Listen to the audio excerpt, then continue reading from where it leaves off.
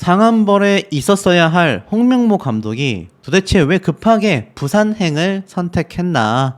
자, 요 기사가 눈에 들어옵니다. 홍명보 감독에 대한 일거수일투족이 많은 축구 팬들, 국민 여러분들께 큰 관심사가 되고 있습니다. 중요한 건 그 큰 관심사가 좋고 긍정적인 의미의 관심사가 아니라 아쉽게도 굉장히 비판 여론이 팽배할 수밖에 없는 상태라는 거죠. 자, 상암벌로 날아가기로 했습니다. 원래대로라면 31일 날 서울 상암 월드컵 경기장에서 열리는 팀 K리그와 토트넘의 친선기를 볼 예정이었습니다. 그런데 왜 그곳에 가지 않고 부산으로 향하게 됐을까요? 부산에는 바로 유소년 대표팀 선수들이 소집되어 있었기 때문입니다. 아무래도 감독 취임 기자회견 이후에도 이 비판 여론들이 도무지 가라앉지 않는 상황이 되다 보니 각급의 연령별 대표팀과 A 대표팀의 연계성을 강화하겠다라는 약속을 지키기 위해서 간 행보가 아니냐라고 해석되고 있습니다. 쉽게 말해서 유소년 대표팀에서도 인재를 발굴하겠다라는 의지를 보여준 건데요. 참 아쉽게도 팀 K리그와 하필 손흥민 선수가 펼치는 토트넘의 친선 경기를 보지 않고 유소년 대표팀 경기장에 갔단 말입니다.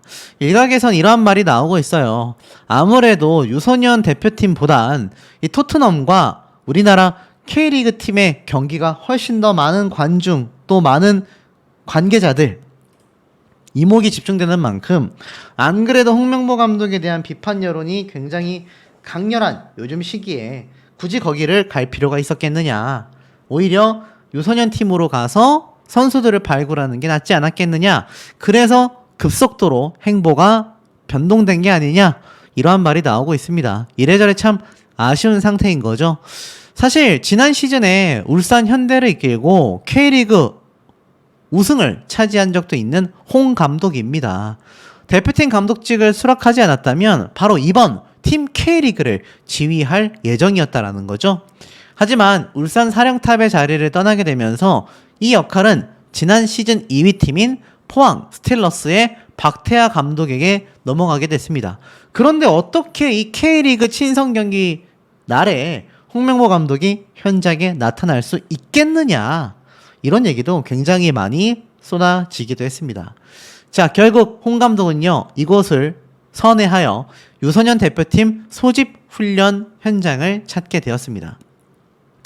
29일 취임 기자회견에서 이러한 말을 했죠. 연령별 대표팀의 경험과 전무이사로서의 행정 경험을 바탕으로 체계적인 유소년 시스템 구축과 유망주 발굴에 힘쓰겠다라고 했습니다. 또한 K리그 감독 경험을 토대로 한국 축구의 뿌리인 K리그와 동반 성장하는 대표팀을 만들겠다. 하지만 어쩌겠습니까? 지금 홍명보 감독의 행보는 K리그 팬들에게 완전히 외면받고 말았죠. 홍 감독은 이러한 말을 덧붙였습니다.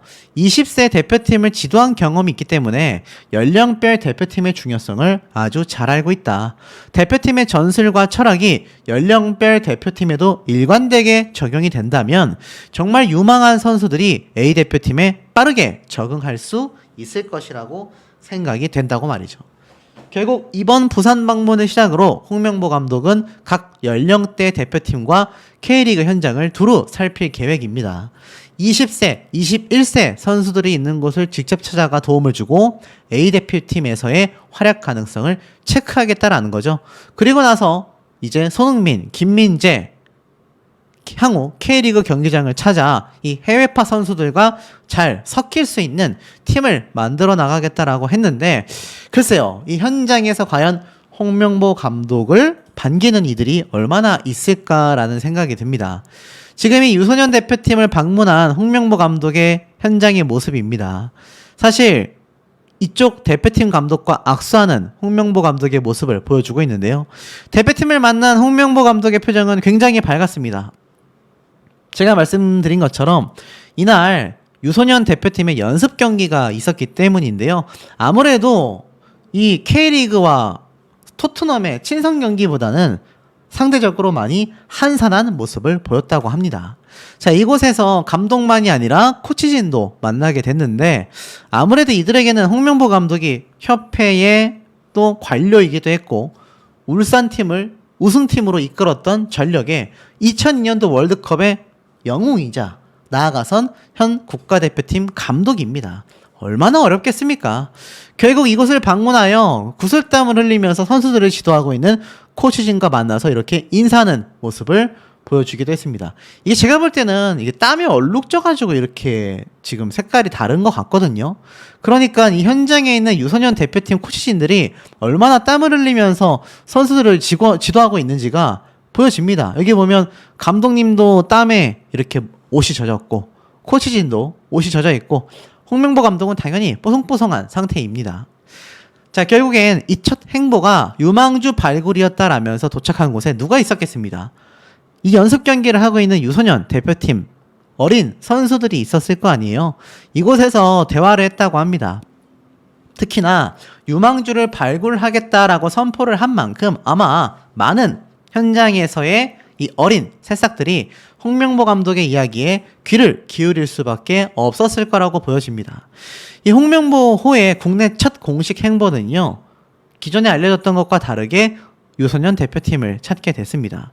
이 경기장 입구에서 팬들과 기념 촬영을 하고 있는데 사실 이 팬들이라고 하기에는 유소년 대표팀의 가족, 지인들일 확률이 매우 높아 보였습니다. 특히 연습 경기가 있었기 때문에 아무래도 이 국가대표팀이나 K리그보다는 상대적으로 많은 관심을 받지 못하는데요. 그 덕분에 홍명보 감독의 얼굴이 좀 더 밝을 수 있었던 게 아니냐라는 추측도 나오고 있습니다. 이곳에서도 몰려든 기자들에 의해서 홍명보 감독은 인터뷰를 하기도 했는데요. 어떤 얘기를 좀 쏟아냈느냐, 다른 기사를 찾아보니까 이 인맥 축구는 더 이상 하지 않겠다. A대표팀을 개방한 홍명보는 부산에서 과연 누구를 점짓게 됐을까라는 기사가 눈에 들어옵니다. 결국 19세 이하 유소년 대표팀의 훈련지를 방문했는데요. 아마 김명준부터 국내파, 해외파 등을 두루 살피지 않겠나. 10년 전의 인맥 축구 다 인정한다. 하지만 대표팀은 언제든지 열려있다라고 얘기를 합니다. 정작 이번에 주장직으로서 제외하게 된 손흥민 선수가 실제 2014년도 월드컵 때 막내로서도 불구하고 엄청난 대활약을 했단 말이죠. 아마 많은 분들이 잘 기억하고 계실 거라 생각이 됩니다. 이번에도 마찬가지의 유망주들에 대한 이야기를 했어요. 양민혁 선수의 토트넘 진출, 이것은 한국 축구에도 명백한 도움을 준다라고 얘기를 했습니다. 자, 이러한 발언을 하는 홍명보 감독의 취지를 보면 한국 축구, 특히 K리그에 굉장히 많은 관심을 여전히 가지고 있다라고 보여지는데 참 많이 아쉽게도 그런 본인의 의지와 의사와는 다르게 실상은 K리그 팀 감독직을 내던지고 국가대표팀 감독직으로 달려갔다. 이런 얘기가 더욱더 많이 쏟아지고 있는 겁니다. 오죽했으면요, 이 홍명보 감독의 연봉설에 대한 이야기도 이렇게 빗발치고 있습니다. 자, 무슨 말인가 봤더니 마음 바꾼 홍명보 감독이 받는 연봉 수준이 뜨게 됐다. 초미의 관심사다. 어느 정도였을까요? 지금 보니까 뭐 이임생 기술이사가 이야기했었던 여러 가지 이야기를 토대로 말을 하는 것 같아요. 하지만 외국인 감독과 한국 감독의 연봉 차이가 있다. 당당하게 요구를 하자 액수를 밝힐 수는 없지만 외국 감독 못지않게 대우를 받아야 한다라고 합니다. 아시다시피 클린스만 감독의 연봉은 우리나라 돈으로 약 29억 원 정도 됐습니다. 그러니 연봉만 29억 원이 된다는 얘기죠. 자, 그러다 보니 어떻습니까? 29억 원과 비슷한 수준의 대우를 홍명보 감독이 만약 받게 된다고 한다면 1년에 약 30억, 2년에 60억, 3년에 30억이 3번인 90억에 달합니다. 그러니 이 홍명보 감독의 연봉이 어마무시하게 될 수밖에 없다라는 거죠. 오죽했으면 이 대한민국 국가대표팀 감독직의 주인공이 누구냐보다 홍명보 감독의 연봉이 얼마냐. 결국 홍명보 감독이 국가대표팀직을 수락하게 된 건 이 막대한 연봉 때문이 아니냐. 뭐 이런 얘기까지 사실 좀 빗발치고 있습니다. 2년 정도 남았기 때문에 사실상 올림픽 팀까지 홍명보 감독이 맡게 될 경우 사실 2년 플러스의 연봉을 더 받을 수 있는 거죠. 그러니 최소 60억에서 90억 정도의 연봉을 받게 되는 게 아니냐. 마음을 바꾸게 된 것은 이 엄청난 고액 연봉 때문이 아니냐. 뭐 이런 의견도 빗발치고 있습니다. 자, 그리고 더불어서 사실 이 차두리 선수가 과거 홍명보 감독에 대한 비판을 간접적으로 한 적이 있습니다. 홍명보 감독이 이 2014년도에 브라질 월드컵 때에도 불구하고 유임이라는 결과가 나오자 왜 이런 일이 생겼냐라고 말을 했는데 이렇게 얘기를 했어요. 98년에는 왜 혼자서 점점점이라고 적었습니다.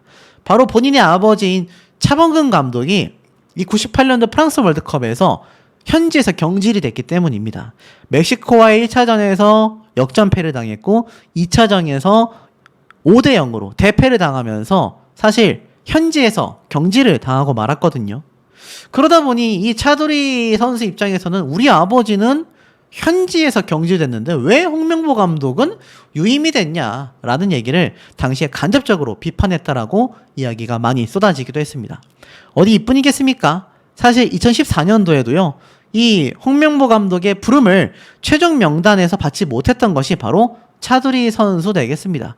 그러면서 사실 그 이후 월드컵 해설위원으로 발탁되어 브라질에 가기도 했습니다. 결국 이 홍명보 감독과의 인연이 어느 정도 악연으로 흘러가게 됐다라는 얘기도 많이 쏟아졌던 만큼 아무래도 이번 홍명보 감독의 이 엄청난 고액 연봉설 나아가서는 최종 국가대표 감독 선임에 대해서 이 차두리 선수가 굉장히 참담함을 느낄 수밖에 없지 않냐라는 이야기가 쏟아지고 있는 이유가 아닌가라는 생각이 듭니다. 뛰어가는 대표팀을 지켜봐달라. 10년 전과는 다르다라고 선포한 홍명보 감독의 기자회견 모습, 입을 꽉 다문 이 모습에서 얼마나 많은 고충이 있을지 짐작이 가는 부분이기도 합니다. 사실상 어떤 분들은 홍명보 감독에 대한 비판을 더욱더 맹렬히 쏟아내는 분도 계시고요.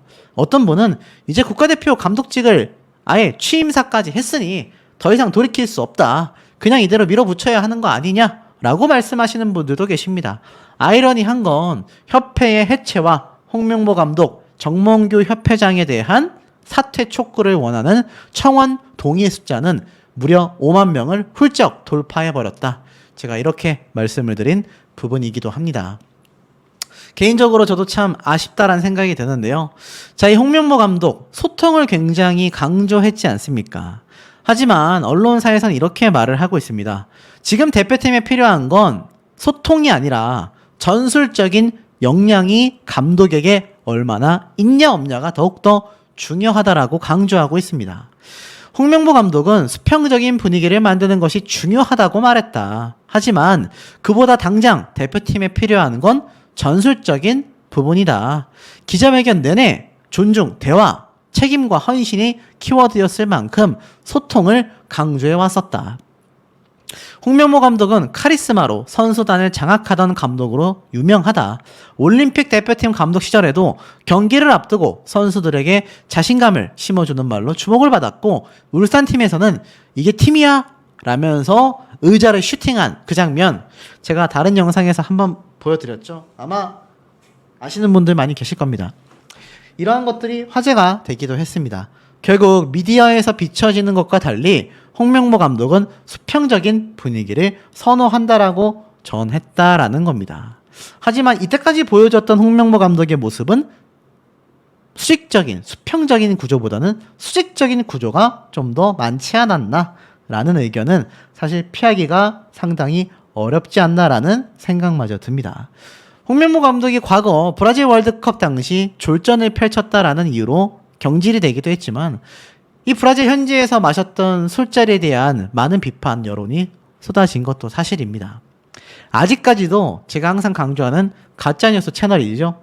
그곳에서는 뭐 여전히 마담이 증언을 했다, 윗선과 접촉을 했다, 말도 안 되는 가짜뉴스 썸네일과 영상을 만들어내고 있습니다.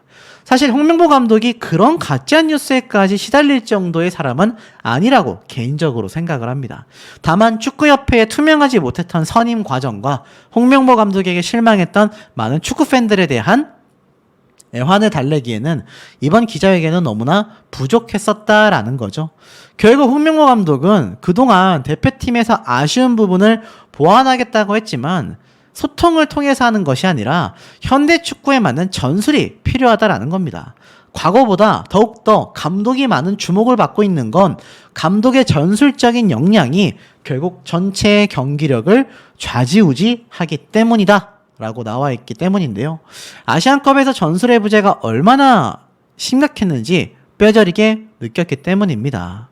자, 손흥민, 김민재, 이강인, 황희찬을 비롯하여 유럽파의 활약을 펼치던 선수들이 질비했습니다만 바로 클린스만 감독의 제대로 된 지휘가 없었기 때문에 결과가 참담했다라고 이야기하고 있습니다. 결국 4강에서 요르단에게 무기력하게 패배하기도 했죠. 현재 한국 축구는요, 최전성기에 있다라고 평가받습니다. 손흥민, 김민재, 이강인, 황희찬, 이재성 빅리그에서 활약 중이고 황인범, 설령우, 홍현석 등도 유럽에서 좋은 모습을 이어가고 있습니다. 그 외에도 배준호, 양민혁, 김지승 등과 같은 어린 자원들도 꾸준히 나오고 있죠. 최고의 선수들을 데리고 있는 만큼 지금 대표팀이 성적을 내기 위해선 전술적 역량에 뛰어난 감독이 필요하다라는 겁니다. 하지만 그럼에도 홍명보 감독은 울산팀에서 결국 국가대표팀 감독직으로 돌연 선택을 하게 되었습니다. 여전히 이 많은 여론은요, 홍명보 감독이 자신의 개인 사익을 위해서, 자신의 욕심을 위해서 선택했다라는 비판이 많이 쏟아지고 있습니다. 홍명보 감독 스스로는 한국 축구를 위해 누군가는 총대를 맸어야 했다, 이렇게 이야기를 쏟아내고 있는 상태이기도 하죠. 자, 그런데 사실상 선수들과 스스럼 없는 대화를 가지겠다, 소통을 통해서 선수들의 단합력을 이끌어내겠다, 이런 얘기가 많이 나온 이유가 있습니다. 아마 과거 있었던 탁구 게이트 사건 때문이 아닌가라는 생각이 들어요. 그런데 제가 앞에 말씀드렸죠. 이 탁구 게이트 사건 때문에서라도 홍명보 감독은 전술적 역량보다 어차피 최강의 전력을 가지고 있는 한국 축구 국가대표 선수들 사이에 단합을, 소통을 통해서 이어나가겠다라는 생각이 아니었나라는 생각이 듭니다. 그런데 그 과정에서 가장 걸림돌이 되는 것이 바로 손흥민, 이강인 선수와의 탁구 게이트 사건이 굉장히 강력했다라는 거죠. 사실 홍명보 감독이 선정이 됐을 때요, 손흥민 선수보다 홍명보 감독의 이번 오피셜 선포에 가장 빠르게 좋아요를 눌렀던 선수가 누군지 아십니까? 바로 이강인 선수였습니다. 이강인 선수가 바로 한국축구협회에서 감독직 선임이 됐다라는 이 게시물에 누구보다도 가장 빠르게 좋아요를 눌렀다라는 것으로 축구팬들 사이에서는 이미 널리 알려져 있는 이야기이기도 합니다. 그래서 많은 사람들이 이 홍명보 감독과 이강인 선수와의 커넥션을 의혹을 가졌지만 이번 기자회견에서 이강인 선수를 중심으로 무언가를 하겠다라는 건 금시초문이다 라고 선을 명확하게 그어버린 상태입니다. 자, 이 얘기에 이어서 이번 이강인 선수와 손흥민 선수와의 탁구게이트 사건의 중심에 있는 클린스만 감독이 그야말로 황당한 얘기를 했습니다. 클린스만 또 한국 선수끼리 다툰 썰을 풀었다. 바로 대표팀 관련 인터뷰를 공개하겠다라고 예고가 됐다라는 겁니다. 참 이 클린스만 감독은 경질되고 나서도 많은 문제를 일으키고 있다라는 국내의 비판적 여론이 굉장합니다. 클린스만 감독의 인터뷰가 공개가 됐기 때문인데요. 문제는 현역 시절의 일화를 주로 이야기하긴 했지만 중요한 건 인터뷰 2부에 대해서 한국을 떠나기 전 선수들 간의 다툼, 거기에 대한 이야기를 하겠다라고 예고를 한 상태입니다. 이게 뭡니까? 올해 초 있었던 카타르 아시안컵 4강전 직전에 벌어졌던 손흥민, 이강인 대표팀 선수들의 탁구 게이트를 인터뷰 소재로 사용했다라는 겁니다. 정작 본인의 무책임한 모습 때문에 당시 한국은 무려 4강에서 요르단에게 패배, 탈락하는 고배를 마시게 됐습니다. 그리고 손흥민 선수는 손가락에 탈구되는 부상을 입게 됐었죠. 클린스만 감독은 이미 여러 차례 인터뷰를 통해 선수들의 분쟁 때문에 아시안컵에서 탈락했다라고 얘기를 했습니다. 결국 감독이요, 이만큼 중요하다라는 겁니다. 자, 이 중요한 감독인 국가대표 감독직에 홍명보 감독이 오르게 되면서 과정도 불투명하고 능력적으로도 부족하다라는 여론이 들끓고 있는 그 이유 중에 하나이겠습니다. 그만큼 클린스만 감독이 많은 실망감을 주었기 때문이죠. 이제는 국가대표 감독직이 얼마나 중요한 자리인지를 모든 국민들이 알고 있는 상태입니다. 주장은 손흥민이다 라고 밝힌 홍명보 감독의 입장 다들 아실 텐데요. 사실 이 홍명보 감독은요, 아시다시피 손흥민 선수의 실력을 과거부터 딱히 인정하지 않았다라고 알려져 있습니다. 실제로 가서 봤지만 자신이 만족할 만한 흡족한 실력은 아니었다라는 이야기도 당시에 쏟아내서 많은 비판을 받았죠. 뚜껑을 열어보니 어땠습니까? 그나마 졸전을 펼쳤던 브라질 월드컵전에서 손흥민 선수가 막내였음에도 불구하고 맹활약을 펼치며 그나마 득점이라는 결과를 낼 수 있었습니다. 실제 손흥민 선수는 최근에 인터뷰를 통하여 입을 열었습니다. 토트넘을 위해 영혼을 갈아 넣겠다. 매 시즌이 금과 같다. 바로 토트넘에서 10번째 시즌을 맡고 있는 캡틴 손흥민 선수가 서울 월드컵 경기장 기자회견실에서 열린 공식 기자회견에서 새롭게 어린 선수들이 유입되고 올라오는 것을 보면 내가 나이를 먹고 있구나. 그리고 나도 더 배워나갈 것이다 라고 이야기를 합니다. 특히 31일 오후 8시 서울 월드컵 경기장에서 팀 K리그와 시리즈 1경기를 치르게 되어 있죠. 하지만 토트넘의 주장으로서 맹활약을 하겠다라고 선포를 했습니다. 그리고 손흥민 선수는 이러한 말을 했어요. 2년 전에도 한국을 방문하여 팀 K리그와 경기를 펼친 적이 있는데 당시 이승우 선수가 먼저 연락이 와 유니폼을 받고 싶다고 했지만 주지 못했다. 하지만 그것보다 내가 어떤 경기를 치르느냐가 더 중요하다라고 강조를 하며 사실상 차후에 K리그 뛸 거냐라는 질문에 어떤 일이 벌어질진 모르지만 K리그가 항상 머릿속에 있다. 챙겨보려고 노력한다라고 말을 했습니다. 홍명보 감독의 이 행보와는 좀 다른 모습이죠. 정작 K리그를 강조했던 홍명보 감독은 울산팀을 내버려 둔 채 국가대표 감독직을 이렇게 선임했지 않습니까? 하지만 손흥민 선수는 여전히 K리그를 관심 있게 응원하고 지켜보고 있으며 은퇴 전에 활약할 수 있을지도 모르겠다라는 식의 이야기도 쏟아냈을 정도로 정말 한국 축구를 위하는 마음이 느껴지고 있다라는 겁니다.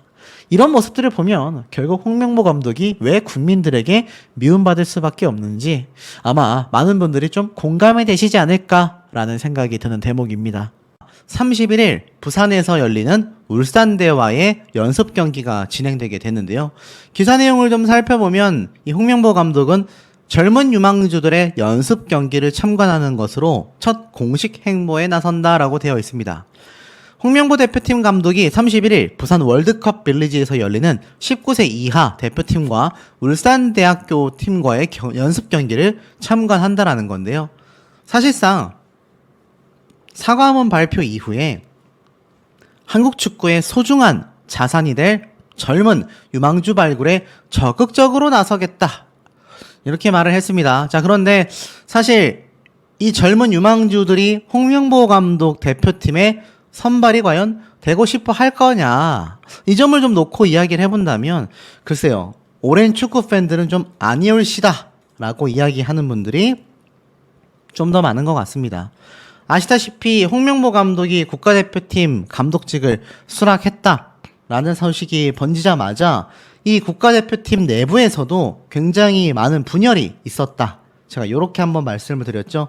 그 이유가 홍명보 감독의 이 군대와 같은 수준의 규율, 기강 이런 것이 굉장히 불안하다. 받아들이기 어려울 것 같다. 이런 의견들이 생각보다 많이 빗발쳤기 때문이었다라고 제가 말씀을 드렸습니다. 실제로 언론 기사에서 관련 내용들이 있기도 했었죠. 그런데 유소년 대표팀의 생각은 크게 다를까요? 크게 다르지 않을 거라는 예상이 어느 정도 된다라고 보여집니다. 결국엔 어떻습니까? 홍명보 감독은요, 2701호 사건을 이야기하면서 본인의 어떠한 감독으로서의 자질을 설명했습니다. 그런데 정작 대표팀은 자신이 감독직에 선임이 됐다라는 소식을 듣자마자 굉장히 불만족스러운 모습을 보였다. 제가 이런 말씀 드렸죠.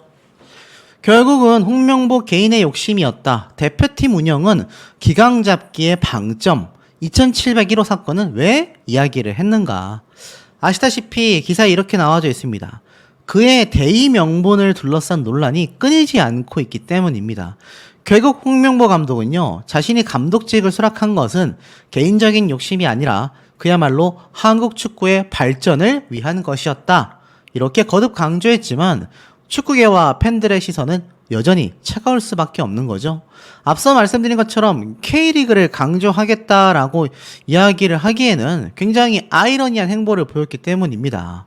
왜냐하면 중도에 나오게 됐기 때문입니다. 본인은 이것을 평생 안고 가야 한다라는 엉뚱한 답변으로 회피했다. 이렇게 기사에 적혀져 있어요. 결국 10년 전 브라질 월드컵 실패를 만회하려는 개인적인 욕심으로 해석될 여지마저도 남기고 말았다. 일각에서는 대표팀 감독직이 개인의 명예회복을 위한 수단이 되어서는 안 된다라는 비판의 목소리도 나왔기 때문입니다. 자, 이 전술적인 측면에서도 의문부호가 따라붙는다라고 되어져 있어요. 홍 감독은 볼 점유율을 높이며 주도하는 축구라는 큰 틀을 제시했지만 파울로 벤토의 유산을 어떻게 계승하고 발전시킬지에 대한 자세한 설명이 부족했다라는 겁니다.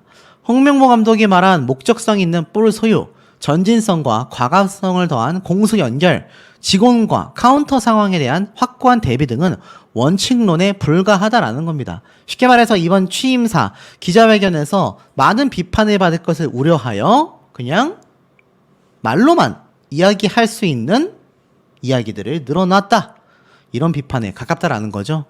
특히 이임생 기술 총괄이사가 홍 감독이 울산팀을 맡아 계속하여 뒷공간 공략의 강점을 보였다. 설명했지만 공수의 밸런스를 중시하는 현대축구의 공통된 흐름일 뿐이다. 홍 감독만의 특장점이라고 보기도 어렵다라는 겁니다. 그러니 홍명보 감독을 선임한 이유가 더더욱 설명이 되지 않죠. 특히나 홍 감독은 전술보다 대표팀 운영 방안에 관한 설명을 하는데 더 많은 시간을 할애하게 됐다라는 겁니다. 선수단의 헌신과 스텝에 대한 존중을 강조하며 기강 잡기에 방점을 찍는 모양새다라고 되어져 있어요.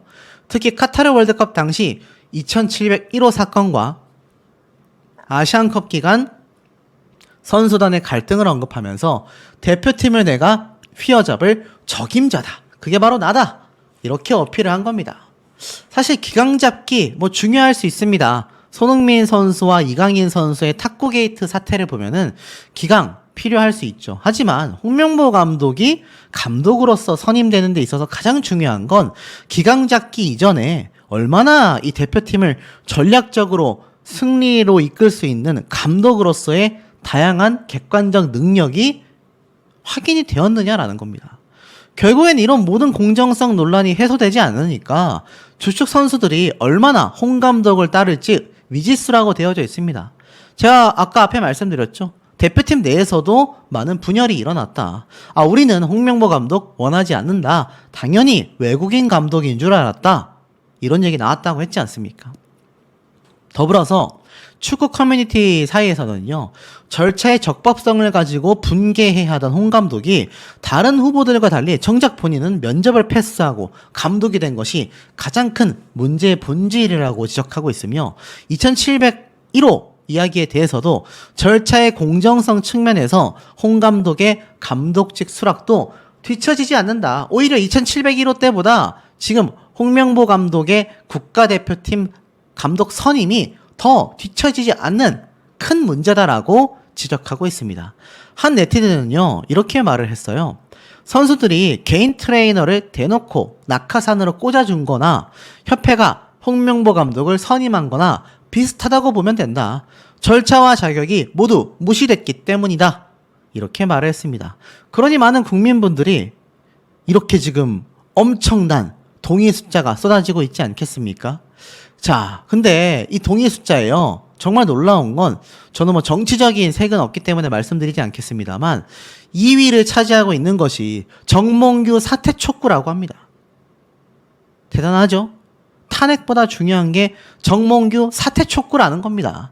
축구협회장의 사퇴를 촉구하는 국민청원이 전체 청원 순위에서 2등을 차지하고 있다는 게 얼마나 황당한 일이겠습니까? 자, 그러다 보니 정확하게 이 부분을 지금 집중적으로 조명하고 있습니다.